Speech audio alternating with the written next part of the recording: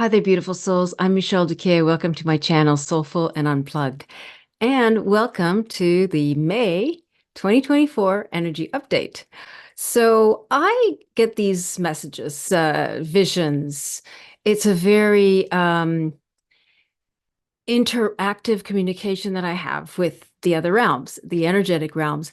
And what I've noticed is that very often the comments I get about my communications, the communications I receive, and the way that I communicate it is that people find me positive and calming.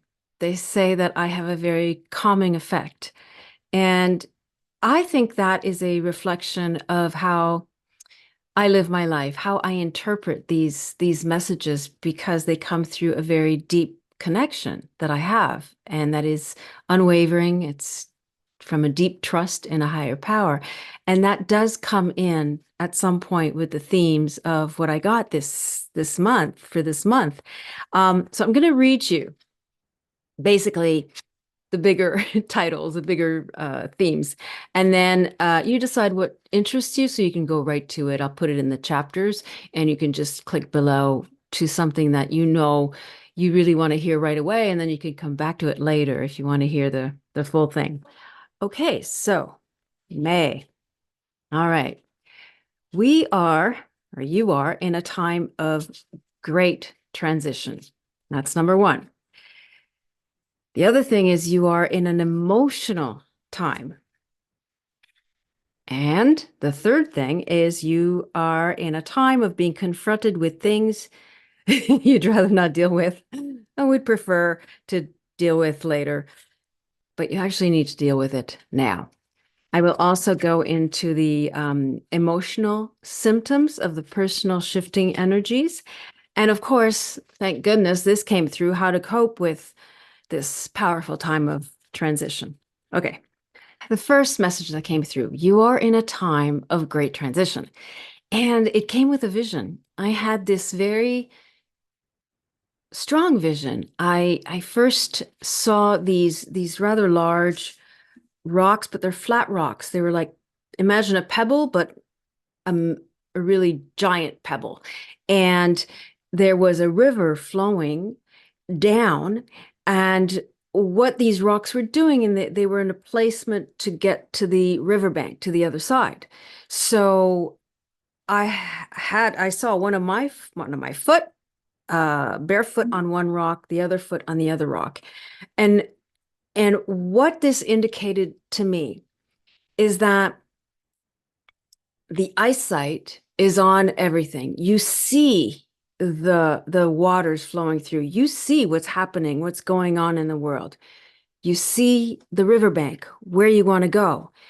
And in order to move from one place to another so that you don't stay stuck, you do have to get a forward movement going so that one foot goes to the next pedal, to the next pedal, to the next pedal, so you reach the riverbank of where you are going. And so this is what they were talking about when they said, what carries you through is your energy of forward momentum, your action, your stepping stone plan. And I know for me, certainly when I'm moving forward and I see the snowbank, the Canadian snowbank, I see the riverbank in the front and I know where I'm going. But sometimes I'm so busy looking at the water because I don't want to fall in the water that I stay stuck. And I do have to remind myself to trust the vision of where I'm going so that forward momentum brings my foot forward. And these are my stepping stones. So it's not really an action plan, but it is a vision of what needs to happen in order for me to reach my goal of getting to the other side. At the same time, it's not about being fearful of where you are on the pebbles. It's about also enjoying what you're seeing. See, you can be thrown by maybe the waters are a little turbulent, but then you can also hear the beautiful birds singing in the trees. You can be present to all that is in this moment. So it doesn't throw you off balance. It anchors you. Seeing all the beauty in the present moment is what anchors you and gives you that balance to move forward. So I guess what they're suggesting, it's always a suggestion. They're never telling us what to do, but it's a suggestion, is just to get a clear vision of where you are aiming to go and see if there are some steps that you can do to bring you forward, to get that energy, that's forward momentum that you need in this incredible transition time. Like, see that vision of this water and the riverbank and the pebbles. They're okay, they're big pebbles, but they're still maybe slippery. That is this transition that we're in right now. All of us are in a massive, massive transition, which brings us to the second point that they made, is that you're in an emotional time. So really, what I really like that they said, and I wrote it down when I heard it, is to awaken the heart, the emotions need to be activated. Questions come to the surface that need to be answered. So when these emotions are activated in you, it could be a surprise emotion. Yesterday, I made an appointment to the vet because Roxy's eyesight has been deteriorating quite a bit in the last 2 weeks, and it looked like she was in pain. So I had to get her eyes checked out to make sure she wasn't in pain, to see if she had glaucoma. Good news, she doesn't have glaucoma. She's just aging. She's 17. And, I just want to give her the best life possible until she lets me know that it's her time to go. You don't go, Roxy, not just yet. Anyway, and what that did in me is it really woke up my heart. These emotions of her being in pain, my wanting to make sure she's okay, my thoughts of what it could be. Is this the beginning of the end? I wasn't sure.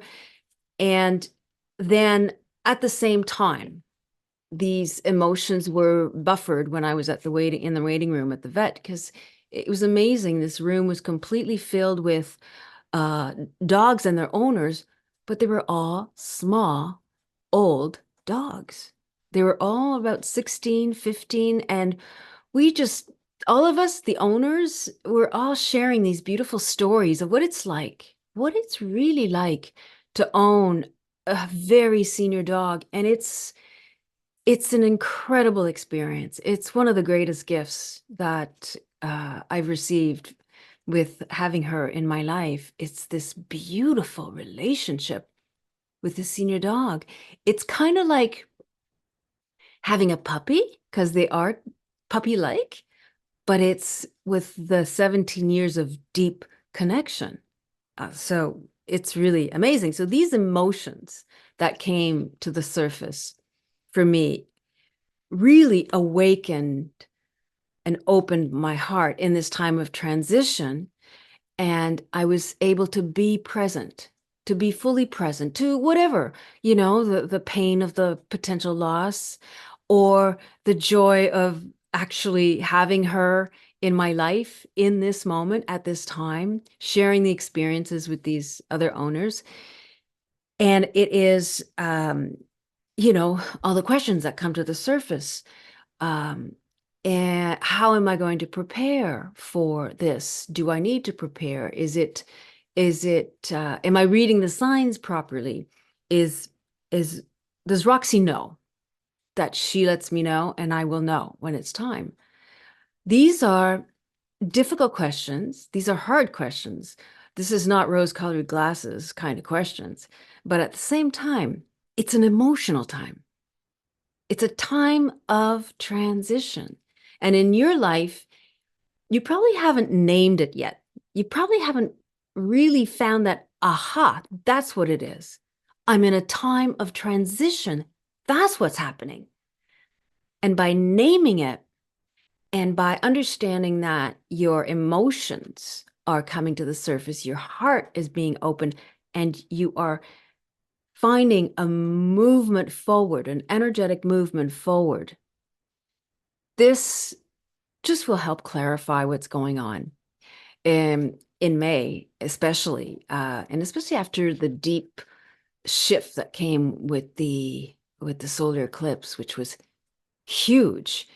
So the massive shifts happen, and then there's all these things that unfold from it. This is one of them. May is one of those things that are unfolding, is a time of transition. So, a time, let's see the third thing. It is a time of being confronted with things you'd rather not deal with, or would prefer to deal with later, but you need to deal with now. Well, geez, I could not give a better example than what I just gave, with Roxy. Um, and in your life, ask yourself, what is it that I'm resisting right now? I'm being confronted with something, and I don't want to deal with it. I don't want to deal with it. I just want to, no, no, no. That very thing is what is causing more emotional upheaval. It's causing a blockage of energy where you can't flow forward. Facing what you don't feel ready to face yet, but really just go, okay, you sit down, you close your eyes, you ask for the strength to face what you're not wanting to deal with, and the answers come, and the relaxation comes, and the pathway forward comes. And then all you have to do is put one minuscule foot forward into that, just the beginning of putting it onto that next big pedal, and the energy will just come right in and help you. You're not alone in this. You have energetic realms, you have a higher power, you have spirits, you have angels, you have help, you have your friends. And if you're lucky enough to have a supportive family, you have your family.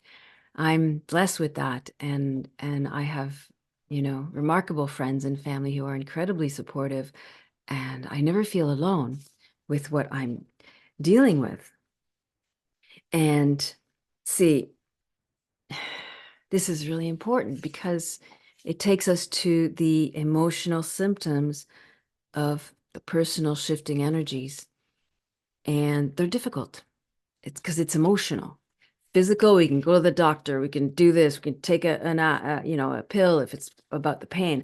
But this is more difficult. So here are some of the emotional symptoms for your own personal shifting: tiredness, irritability, in and out of pessimism. Knowing that this is just a symptom of an emotional symptom of your personal energy shifting can help, because it is you going in and out of pessimism. It comes and goes and comes and goes. So don't worry about it. If you feel more pessimistic than usual, don't worry about it. It will go. It's just par for the course right now. One of them is wanting to isolate, either physically or just keeping what you're really going through private or secret. There's a really interesting saying in 12-step programs, like in AA and those kinds of program. It's you're only as ill as your secrets. So it's a way to encourage people to share what's going on. And sharing is caring, like when you share, you're telling someone you care enough about them to share what's really going on. When someone receives what you're sharing, they're saying they care about you to receive what you're sharing. When there's another saying, oh my God, I'm the queen of sayings today. There's another saying is a problem shared is a problem halved. And I really believe that. Isolation can be very tempting when we're not feeling our usual up self, our usual energetic self. But again, just sharing what's going on, just understanding that this is an emotional symptom of a shift, then it will unblock some of the, energies that are going on right now within you, within this emotional shift. And just keep these aware. Keep yourself aware of these. If you're not sleeping as many hours as you're used to, and you're tired, that's part of it too. You're not having as long a night of sleep as you're used to. That will make you more tired, but that's because the energies are, they're moving, they're transitioning. It is flowing through the body. Our body is energy too, and we feel these energies and we move through them too. So keep these in mind. Tiredness, irritability, in and out of pessimism, wanting to isolate. Just keep them in mind as a red flag. Just go, I know what's going on. It's not to be taken seriously or hidden. It's just normal. And you'll find that if you do share what you're going through with others, that, funny enough, they're going through it too, because we're all going through it.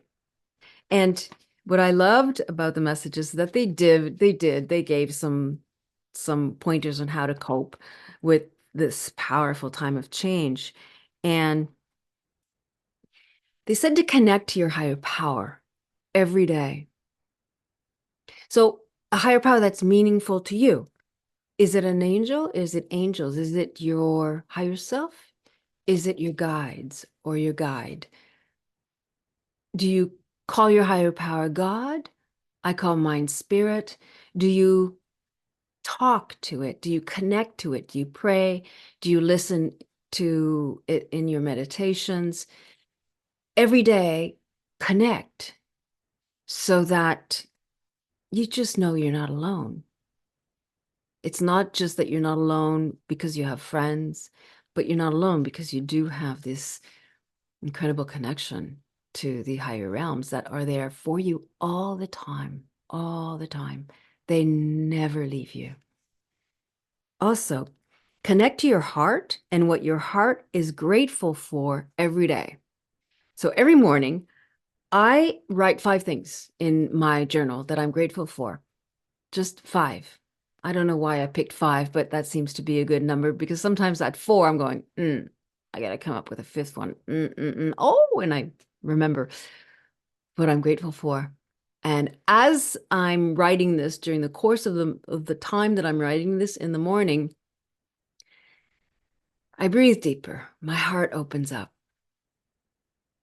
I'm thankful, you know, to the realms. I'm thankful to spirit. I'm thankful for everything that I have. I'm not focusing my attention on what I don't have. I'm not focusing my attention on what I want. I focus my attention on what I have.